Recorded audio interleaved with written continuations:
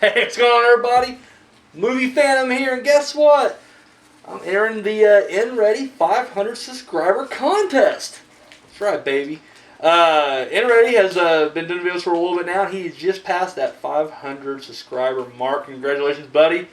And yes, he said the only way, the two stipulations to be in the contest is you have to be a subscriber, which I already was, and you have to do a video.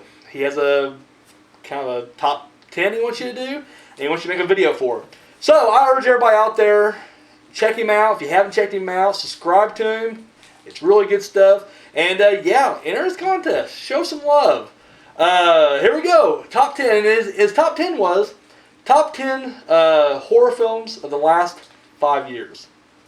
And I think we live in a very cynical age, especially as horror fans, where I was sort of like, we hadn't had a decent horror film and, whatever. And then I go back and look at the last 5 years, I'm like, son of a bitch, like we've had a shitload, yeah, insane. Like literally just insane. So much in fact, like literally, here's my initial list, you can't even see it, but like, I'm crossing shit out. I have a list, and I didn't even add to it. After a while, I was like, well, I can't add that, it ain't gonna make the cut. That's insane, is what that is. So, yeah, here we go. And I'm not gonna lie, I got them in a sort of a top 10 order, but I'll be honest with you, these could be swapped around. Like, they're all so fucking good that I could easily, except for maybe like the last 3 or so. But for the most part, they're all really good, and I just kind of threw them in there after a while. Number 10, The Loved Ones. Loved it. It was just so offbeat and different. Girl gets turned down for prom, but she didn't think no for an answer.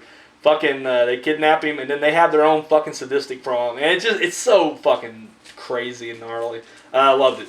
Just loved it. Number 9, Final Destination 5. Yes, the one that brought the franchise back. Loved it. I don't want to give you spoilers away, but dude, like the best ending, period. Like it was just so fucking sweet. So boom, there you go. Number 8, The Collection. Yes, the nerd, fellow YouTuber Ghostface Kid got me onto this movie. Glad he did. It was so awesome. Like it literally was just so badass and just fucking brilliant. Waiting for part 3. They got time now. Howling got pushed back, so we can do the collected or whatever. Number 7, The Sacrament. This movie just really fucking stuck with me. I'm sorry, I'm cursing a lot. I'm trying not to. Every time I do a video, there's always at least like one word or one phrase. For some reason, I take it and I run with it through the whole video. And I just realized fuck's the word I'm running with right now, so I apologize. But The Sacrament was so disturbing. And basically, it was just like a retelling of the Jonestown Massacre. It's hard to watch. It really is. It's found footage, which will turn a lot of people off, but as the movie goes on, I don't know, just the scene where, well, I don't want to give anything away, shit. Watch it. It's brilliant. But yeah, The Sacrament was great. Number 6, The Cabin in the Woods. This is awesome. I just love this movie so much.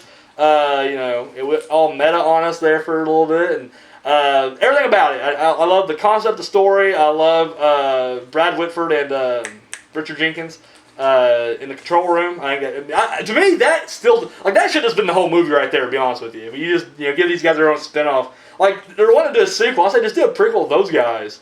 And that's it. It's like them, running the show. It'd be great. Number 5, You're Next. Another very self-aware, taking the conventions of horror and more importantly, the subgenre of the home invasion and spinning it on its head. Just thought it was great. Loved it. Loved everything about it. And it was a surprise because I remember when this came out, I saw the trailer and I was like, another shitty home. Cause I was not a fan of The Strangers, No Vacancy, which I know wasn't really a home invasion, but same basic fucking principle. And to me, it just looked like a generic ripoff of those. And then even when it starts off, you're like, wow, this is just so bad. But then you realize that's the way it's supposed to be. And then it's showing you this is what has come before us. And here's what we're doing. And it's great. It really is. So You're Next. Number 4, John Dies at the End. Now I know this is one of those films that can kind of go into multiple genres. Not necessarily a full-on horror. Definitely more sci-fi, I guess, fantasy. But it definitely has the elements of horror. But I loved it. from director Don Coscarelli. It was just a damn good, trippy movie. Loved it. Loved every minute of it. So, awesome. Number 3, Insidious. One of the few movies, and it really seems like a lot of these new ghost movies that's come out recently have done a pretty good job, scaring the shit out of me. But this was the first one. This is the one that, and even like the one that make you jump now, don't make you jump, but then you're not really scared. You're just like, oh shit, okay, you got me. Okay, you're watching. No, okay, another big jump scare. But Insidious is one of the few that literally, I got up and turned the light back on. You know what I mean? Like, and I'm laying in bed watching it, and then I start, like, as the movie getting more into it, I turn the light on and I just kind of scoot back against the wall watching. I'm not scared. I'm fucking scared. We watch it from back here, though. It was really a scary and terrifying movie. And it seems like now that it's awesome and everybody's fucking sucking it off, you guys haters out there just trying to bring it down, which irritates me. But I still think it's great. Number 2, Let Me In. 10 times, a million times better than the original. I just didn't care for the original. I'm sorry. I just don't. Everybody wants to be like, it's original and it's foreign, so it's great. No, it's not. It really isn't. To me, this is just, I think it's shot better, better acted. It's a beautiful film. It really is. And I fell in love with it the first time I watched it, and yeah, just brilliant. And my number 1, Sinister. Oh man, talk about darkness. This just evil in a film. This is one of those movies too where I was gonna say lawnmower scene. We all know what we're talking about, but I won't give anything away. But I just remember sitting in the theater and I'm watching this, and that scene starts up, and I'm thinking to myself like, well, I know what's gonna happen. I know what's gonna happen. Oh my god, it happened! It was just like it took it to a new level, and I love the story to it.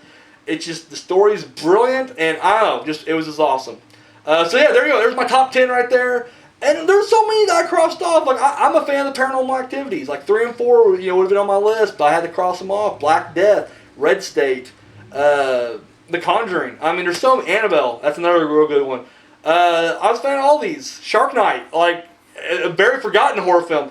Silent House is another really good one. The one that's all done in one take. Woman in Black. I mean, there's so many good ones that's coming out. Like in the past, 5 years. I think we just kind of like forget. We're just like. There's no, horror's dead. There's nothing good out there anymore. No, not true. So many good ones. So many good ones. Still coming out, I guess, too. So, all right, my man, congratulations on your 500 subscribers. Guys, check him out. I'm leaving the information down. Sorry. Ate a bunch of pizza. Now I'm just like, Heartburn City. Information down below. Check him out. And, yeah, catch you later.